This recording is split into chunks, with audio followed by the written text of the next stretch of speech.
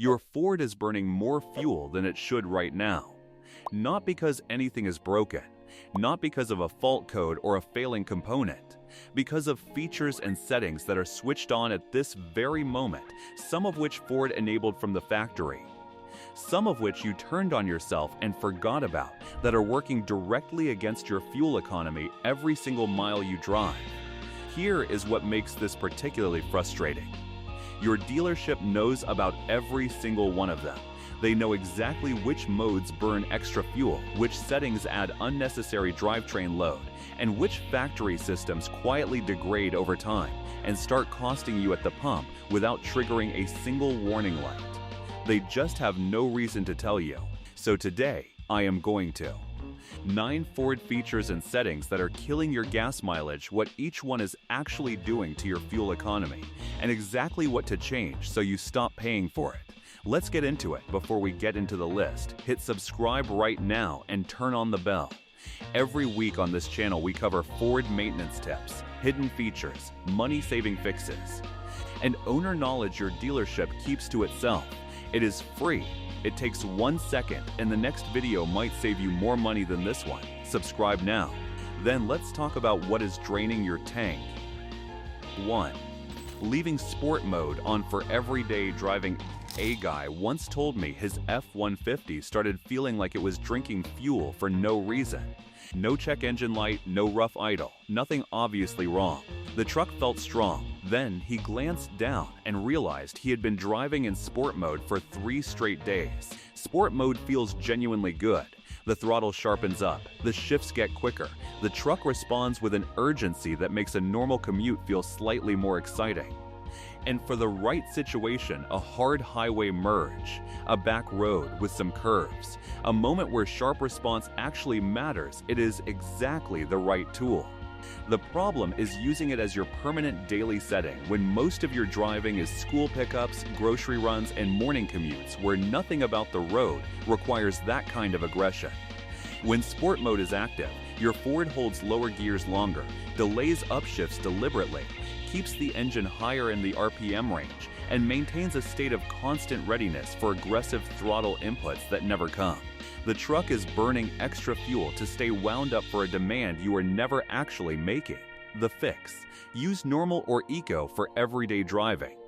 Save sport mode for the moments it was actually designed for. The truck will feel identical on your commute, and your fuel economy will reflect the difference immediately. 2. Forgetting to turn off tow haul mode. Tow haul mode is one of the most genuinely useful features Ford has ever put in a truck. When you are pulling a trailer, the way it manages transmission shifts, engine braking, and overall drivetrain behavior makes a real and meaningful difference in control and confidence. The problem is what happens when the trailer comes off and the mode stays on. An enormous number of Ford owners unhook the trailer, drive away, and forget that tow haul is still active, sometimes for a day, sometimes for a week, sometimes significantly longer. And the entire time, the transmission is holding gears longer than necessary, keeping engine RPMs higher than normal driving requires, and burning extra fuel to manage a load that no longer exists. The truck does not feel broken. It does not trigger any warning. It just quietly chips away at your fuel economy on every single drive until someone happens to notice the button is still illuminated. The fix: make turning off tow haul part of your unhitching routine. Trailer comes off, lights get checked, tow haul goes off. Takes 2 seconds and immediately returns the transmission to its normal, more efficient shift schedule. 3. Running 4-wheel drive on dry pavement. The reasoning makes intuitive sense. You bought a 4-wheel drive truck. More traction sounds better. Why not leave it engaged all the time? Because on dry pavement, you are paying a fuel penalty without getting any real benefit in return. When your F-150 is in 4A or 4H, the front drive shaft, front differential, front axle components, and transfer case are all engaged and spinning. Every one of those additional rotating components creates mechanical resistance, what engineers call parasitic drag, and that drag costs energy your engine has to continuously overcome. That energy comes directly out of your fuel tank mile after mile on every road that did not require 4-wheel drive to begin with. Four-wheel drive is one of the best features Ford makes. On wet roads, snow, mud, loose gravel, or off-road terrain, it can make a transformative difference in traction and control. That is exactly what it was designed for. But the design was never intended to include running it on clean, dry pavement at the cost of measurable fuel economy every single day. The fix: on dry, normal road conditions, run 2H. Switch into the appropriate four-wheel drive mode when conditions actually call for it. The capability is always there when you need it. Stop paying for it when you do not. 4. Remote start with climate control running too long. Remote start feels like a free luxury. Cold mornings start the truck from inside the house. Hot afternoon, cool it down before you even walk outside. The cabin is comfortable before you sit down, and it costs you nothing. Except it does cost you something. It costs you fuel. Every minute the truck sits running in the driveway, the engine is burning gas while the odometer moves 0 miles. When remote start fires up, Ford's climate system activates based on conditions and your settings. On a cold day, it may run the heater, defroster, heated seats, and heated steering wheel simultaneously. On a hot day, the ACC compressor is working hard to pull the cabin temperature down as fast as possible. All of that comfort is real. So is the fuel consumption powering it. 5 minutes before work, 5 minutes before leaving the gym, 5 minutes before heading home. Multiply that across weeks and months, and you have burned a meaningful amount of fuel without moving the truck a single foot. And modern engines do not actually need extended warm-up periods before normal driving. A brief idle, followed by gentle driving until operating temperature is reached, is all that is required. The fix: use remote start strategically. Genuinely extreme temperatures justify it. Running it as a 15-minute daily habit for mild conditions is just fuel leaving your tank while the truck sits still. 5. Misusing your ACC system. Most people never connect air conditioning to fuel economy. ACC is comfort. Fuel economy is driving efficiency. They feel like separate conversations. They are not. Your ACC compressor is driven by the engine. The harder the climate system works, the more load it places on the engine, and the more fuel the engine burns to compensate. On a truck-sized vehicle with a powerful ACC system, that load is not trivial. 2 specific habits make this worse than it needs to be. The first is leaving max ACC running long after the cabin has already reached a comfortable temperature. Max ACC makes complete sense when you first get into a truck that has been sitting in the sun for 3 hours. Once the interior is cool, keeping everything pinned to maximum is just making the compressor work harder than the situation requires. The second mistake is running the ACC with the windows open. The ACC adds engine load while open windows increase aerodynamic drag simultaneously. You are attacking fuel economy from 2 directions at once, and above highway speeds, that combination adds up quickly. The fix: use max ACC to knock down initial cabin heat, then switch to auto or a normal setting. Keep windows closed at highway speeds when the ACC is running. Let the climate system operate efficiently instead of fighting against it. 6. Leaving off road terrain modes on while driving on pavement if you own a Bronco, Raptor, Tremor, or any newer Ford with selectable terrain modes. You have probably spent time in sand mode, mud ruts, rock crawl, or Baja mode, and felt just how dramatically different the truck behaves. The throttle changes, the transmission strategy changes, everything becomes more aggressive and more capable. That transformation is impressive. It is also expensive to run on your daily commute. Sand mode holds lower gears longer and sharpens throttle response to maintain momentum on loose surfaces. Baja mode prioritizes aggressive power delivery for fast off-road driving. Mud ruts mode reconfigures traction systems for slippery terrain. Every one of those strategies increases engine speeds, delays upshifts, and encourages fuel consumption in conditions that specifically required those behaviors. On dry pavement, sitting in traffic, or cruising to work, none of those conditions exist. The truck is behaving as though it is crossing sand dunes, while it is actually just waiting at a red light. The specialized behavior is costing you fuel in exchange for capability you are not using. The fix: when you return to pavement, Return to normal mode. Save the terrain modes for the terrain they were built for.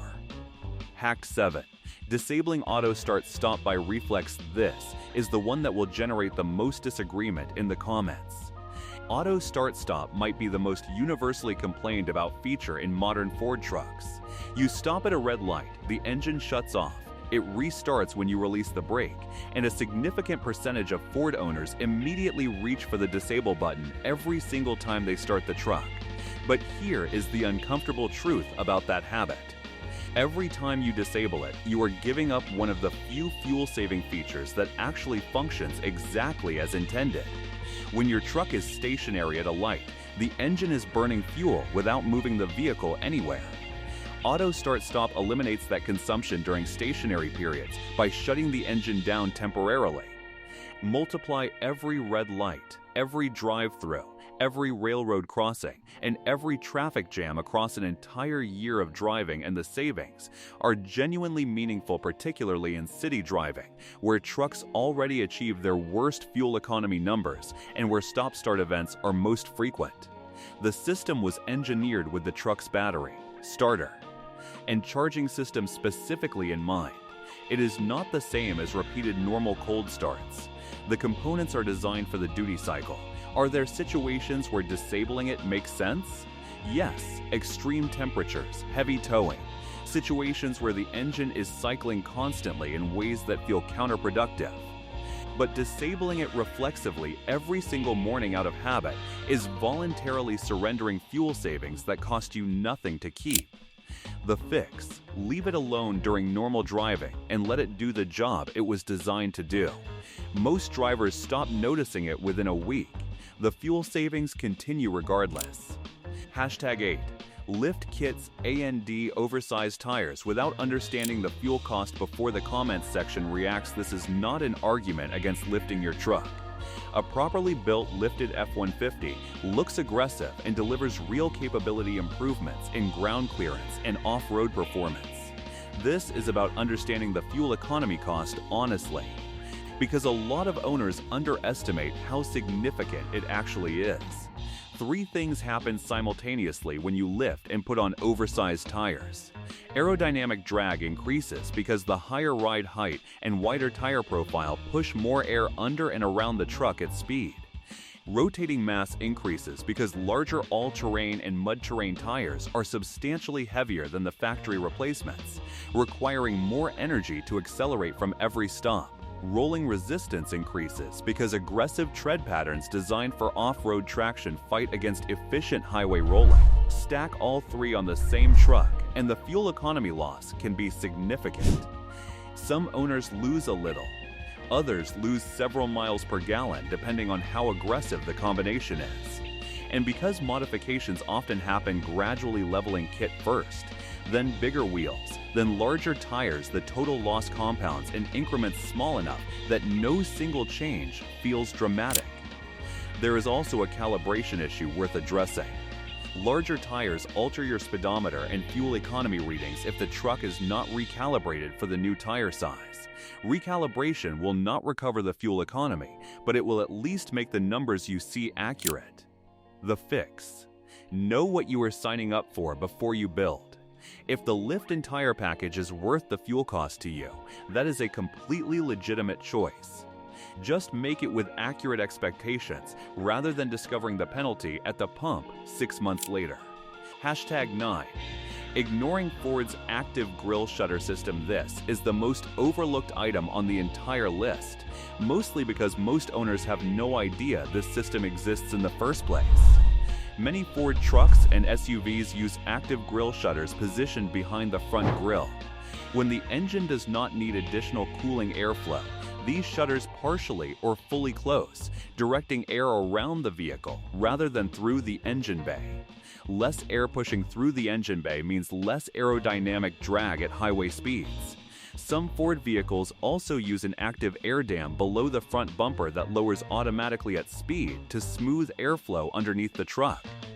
Both systems exist for one purpose: reduce drag and improve highway fuel economy. And they work. The problem is that these systems can fail silently. The shutter motor stops responding. The blades get stuck in an open position, the air dam sustains damage and stops deploying. And because the truck continues driving completely normally, nothing alerts the owner that the aerodynamic efficiency Ford engineered into the vehicle is no longer functioning.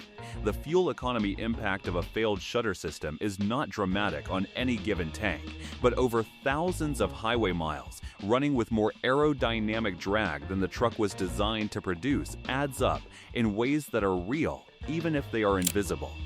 The fix: periodically inspect the grille shutter area and pay attention to any fault messages related to the system.